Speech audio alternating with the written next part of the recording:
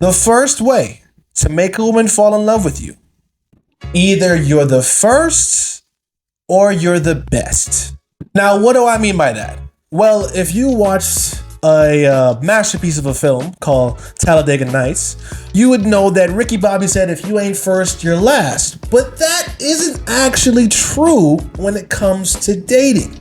You ideally would want to be first because the first one is the one that she always remembers. But if you can't be first, it is even better if you're the best. Now, what does that mean? Say that she has slept with 5 dudes.